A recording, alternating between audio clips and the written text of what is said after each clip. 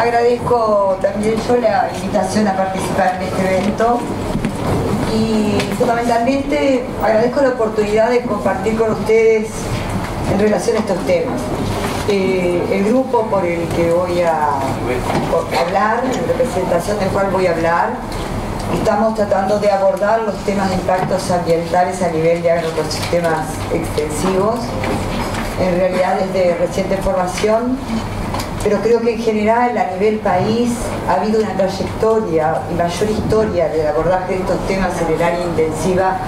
que en el área extensiva, así que asumo que tengo mucho para aprender, para intercambiar con varios de los que están aquí presentes. En relación a este tema, lo que pretendíamos es hacer un planteo teórico muy general, va a ser muy breve, incluso hubieron algo que el primer expositor ya lo planteó en extenso, y voy a usar ejemplos ejemplificados para el caso de herbicidas. Y lo que quería, el objetivo en realidad que tiene esta exposición, porque primero pensamos que íbamos a presentar algo de los resultados de un acuerdo que tenemos en este proyecto, muy específico, trabajando en lo que hace al efecto de coberturas, distintas especies de cobertura invernal en embalsamientos como forma de reducir el uso de herbicidas, pero después cambiamos a la posibilidad de plantear qué es lo que estamos haciendo en el grupo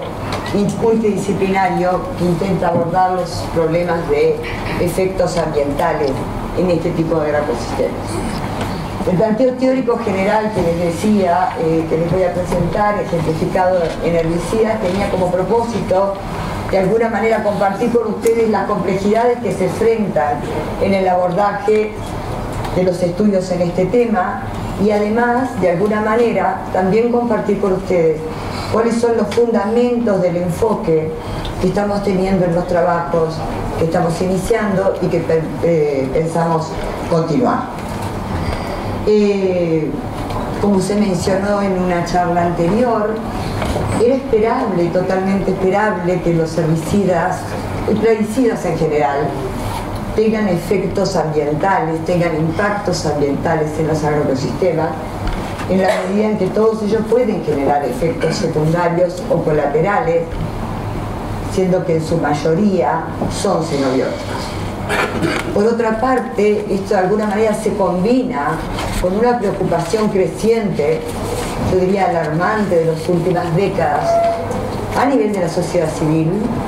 también a nivel de la investigación y fundamentalmente a nivel de los organismos e instituciones que tienen la responsabilidad de regular herbicidas y plaguicidas en general, y que de alguna manera se impulsa por lo que ha sido la masiva utilización de plaguicidas para la producción de alimentos,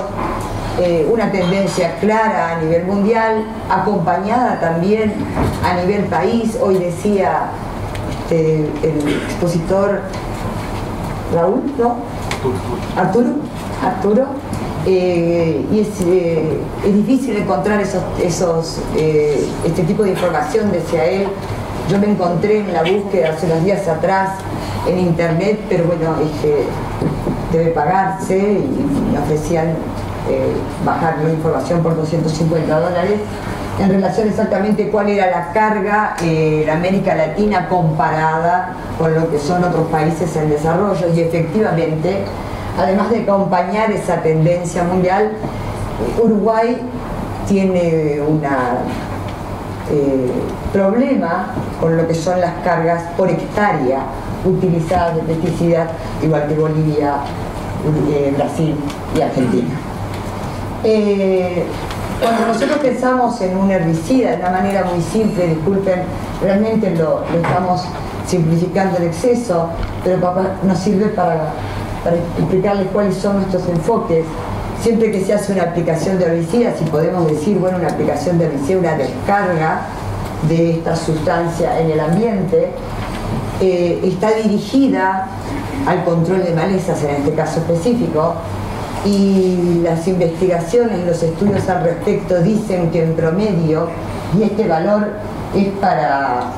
para pesticidas en general, no solo herbicidas, puede haber algunas variantes, pero solo el 1% de aquello que estamos descargando en el ambiente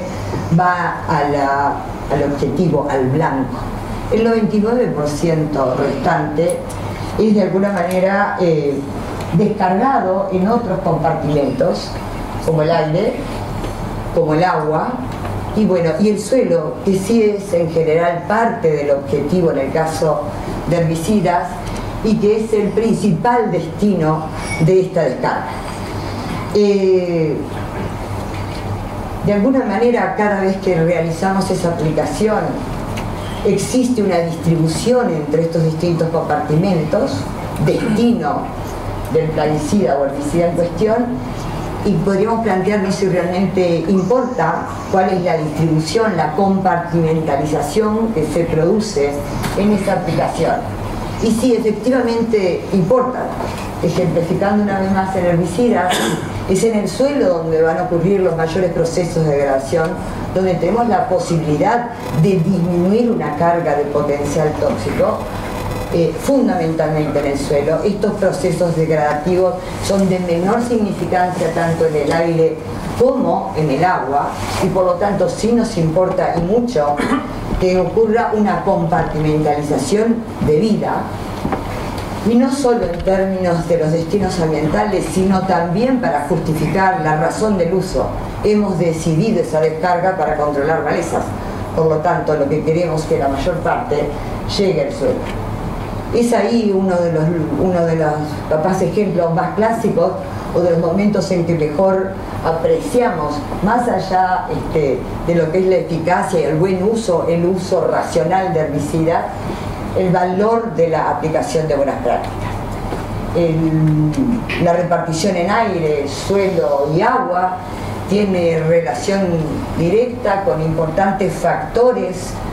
que están operando en la dinámica del herbicida, como la deriva, la volatilización, responsables de un mayor destino en el aire, la lixiviación, que no es inmediata, es un proceso que tendrá lugar en un corto espacio del tiempo, pero el escurrimiento, que serán los responsables de aumentar el destino en el agua. Y estos son aspectos bien importantes, hablando de un herbicida que a todos nos preocupa, que ya hemos prohibido, pero que ha sido largamente discutido a nivel mundial, la atracina, cuando Estados Unidos se empecinó en mantener la atracina en uso. Uno de los principales manejos y con alto impacto fue simplemente contemplar lo que podía ser eliminar, reducir al mínimo las probabilidades de escurrimiento y su localización en destino agua, con medidas, bueno, más o menos sofisticadas, pero dependiendo del local en el que se producía la aplicación, contemplar la probabilidad de lluvia. La utilización de buenos manejos, las buenas prácticas agrícolas en este aspecto van a estar muy relacionadas al conocimiento de las características de los herbicidas. Ustedes me disculpan, pero ahí capaz que la situación a nivel de la producción intensiva es distinta, pero en la producción extensiva no es difícil que inclusive a nivel de técnicos tengamos la preocupación del precio de la herbicida en cuestión, la preocupación de quién lo vende y la preocupación del nombre, y haya esfuerzos limitados en conocer exactamente cuáles son las características físico-químicas de ese herbicida que van a estar siendo determinantes de sus destinos ambientales. Es parte de la responsabilidad que tenemos que asumir. De una manera muy grosera, y continúo con la extra simplificación, podríamos decir que impactos ambientales los consideraríamos como la sumatoria de los efectos bióticos y abióticos en los distintos compartimentos que queramos evaluar, y puse abióticos de alguna manera de una manera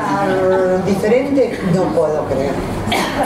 Porque en el caso de los herbicidas los efectos abióticos son muy poco probables, eso es más común con fertilizaciones, manejos de suelo, producción pecuaria. En el caso de herbicidas la mayoría de los efectos son de tipo bióticos, y esos son los que están relacionados con la sustentabilidad ambiental y la sustentabilidad agrícola. ¿Cuáles son esos efectos potenciales que preocupan tanto, nos preocupan tanto, preocupan investigadores, preocupan a la comunidad en general. Y no estoy tratando el tema de salud humana porque nuestro grupo se enfoca estrictamente en lo que tiene que ver con los efectos a nivel del ambiente. Hay efectos importantes en la abundancia, en la estructura de las poblaciones microbianas, la biomasa, la actividad, la funcionalidad del suelo, al punto que hoy se cuestiona en muchos de los sistemas agrícolas extensivos del país cuánto de la falta de explicación que estamos teniendo de nuestra producción limitada, que no encontramos relación con efectos en la estructura física de suelos,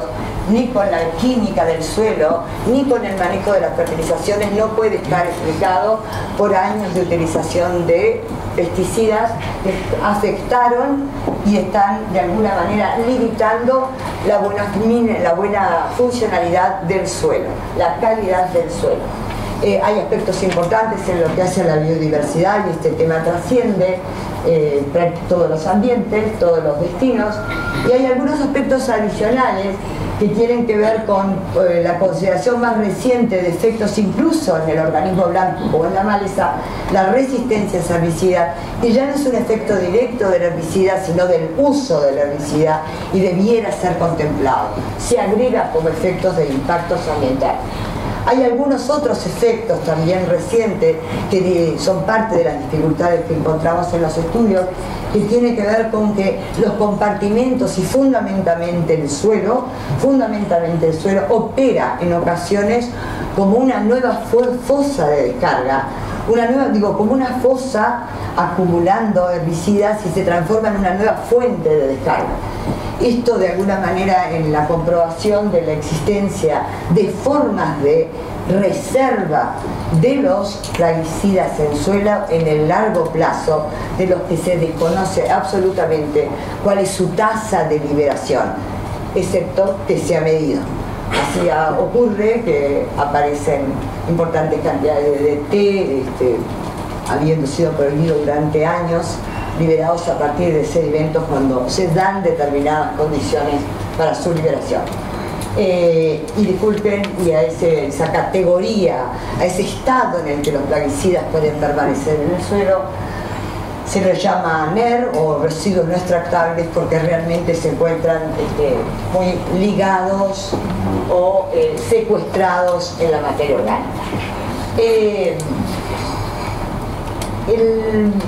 El efecto final, el que queremos estimar, la información con la que queremos contar, porque por algunas razones que ahora vamos a explicar, pero ya está en la cabeza de todos, requerimos de estimaciones locales que nos permitan instrumentar las formas de mitigación y nos permitan además de alguna manera jerarquizar cuáles son las primeras medidas a adoptar, conociendo cuáles son los impactos más probables y cómo operan en los distintos sistemas y a nivel país. Ese efecto, cualquiera de ellos, es de alguna manera el resultado de una combinación entre la concentración del herbicida en el suelo y la sensibilidad a la toxicidad que manifieste el organismo, la comunidad de organismos que nos importan, los que están presentes, aquellos que son parte de la vida de nuestros suelos, que son parte de la sustentabilidad ambiental local. Esa concentración, por eso es que muchas veces, muy rápidamente, se habla o se intenta hablar de impactos ambientales con la sola consideración de la concentración, es realmente muy inadecuado. Puede haber mucho de algo que no tenga probabilidad de generar impactos, o puede haber una alta sensibilidad en un microorganismo que no nos importa demasiado, o para el que nunca existe la descarga del tóxico al que es sensible. Necesariamente debe estudiarse el resultado combinado de estas dos cosas, y ahí empiezan los grandes problemas de la investigación. En primer lugar, la determinación de la biodisponibilidad es complicada. Si ustedes recuerdan algo de lo que conocemos en el suelo, lo que está disponible en solución y con capacidad de ser alcanzado por microorganismos y de esta manera ejercer un efecto, es el resultado de los famosos 7 procesos, la combinación de lo que quedó después de pérdidas como el escurrimiento, la decomposición por luz o fotólisis, lo que mínimamente fue absorbido por las plantas, los procesos de absorción, desorción que los liberan y los retienen en una escala temporal, y la degradación que pueda ocurrir. A esto le sumamos el conocimiento de que existe además un acúmulo en suelos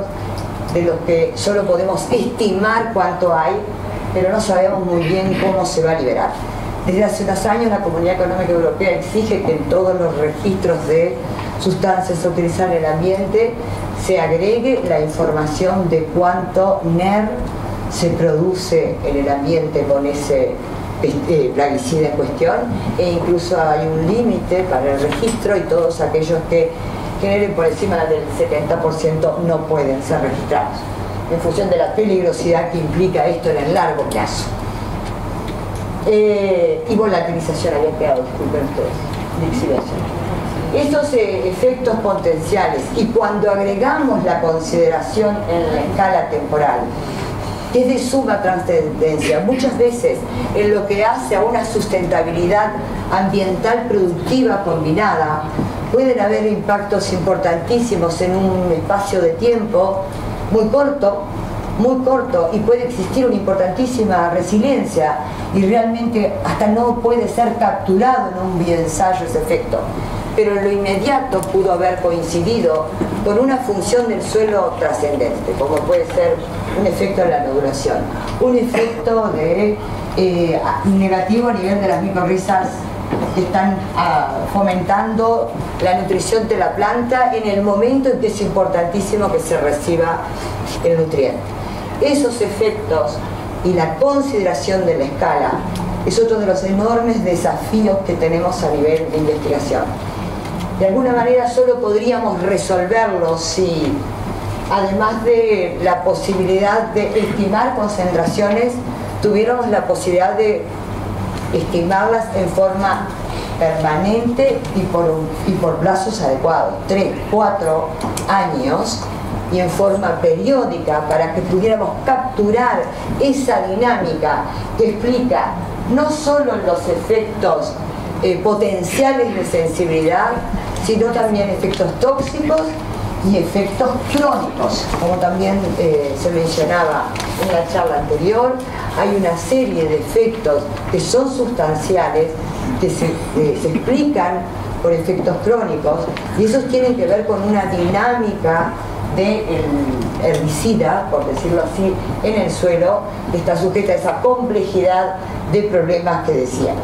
Cuando se habla que en la concentración es importante estimar la biodisponibilidad y la bioaccesibilidad, se está pretendiendo de alguna manera establecer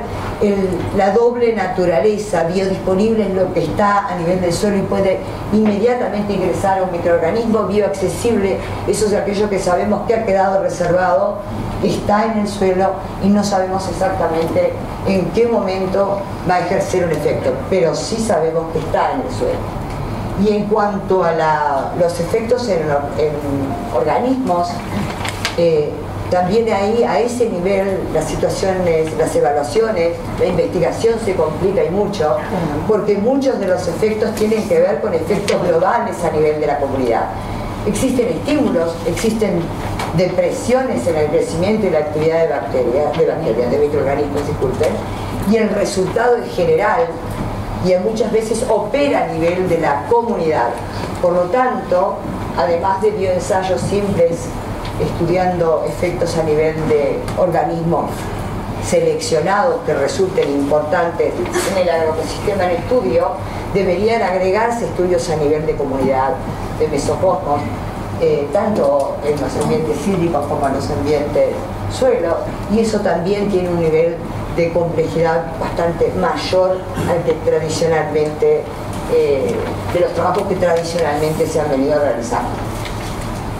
De alguna manera nosotros entendemos que el poder, entendemos que tenemos un gran desafío. Nuestra voluntad es generar resultados a nivel de los impactos ambientales estimados en agroecosistemas locales. Queda mucho para hacer, pero de cualquier manera me parece muy bien, como han planteado en repetidas ocasiones quienes me precedieron, se puede hacer mucho en el cuidado de las buenas prácticas y es necesaria una actitud proactiva, inmediata, porque hay mucha investigación que sostiene, confirma y pronostica problemas importantes, no solo con nuestros usos actuales, sino con la posibilidad de sus acúmulos. Reducir el uso de herbicidas, optimizar el uso de herbicidas, evitar descargas elevadas o remediarlas, y estos son todos aspectos en los que creo que el país ha generado información. Capaz que hay que cuestionarse cuánto falta adoptar. A nivel de los distintos sistemas de producción, intensivos e intensivos, hay muchísima información de cómo reducir el uso de herbicidas. Hay alternativas disponibles. En cuanto a optimizar el uso también, creo que hace 40 años que repetimos lo más importante es el momento, o sea, el eterno olvidado. ¿Cuánto se puede variar una descarga respetando el momento, planificando el momento de aplicación? Eso y otros muchos más. Evitar descargas elevadas o remediarlas también en estos aspectos. Me consta, y dentro del grupo nuestro se han trabajado algunas alternativas para la remediación. Hemos trabajado en bioremediación y ahora iniciamos trabajos en fitorremediación. Las plantas son una fuente importante también de renovación y creo que en un compromiso de bien usar toda la información que generamos, más la cooperación de los equipos de investigación que necesariamente se han comprometido en esto, bueno, esperemos ir mejorando los aspectos de impactos ambientales. Muy bien, gracias. En el minuto, ¿no?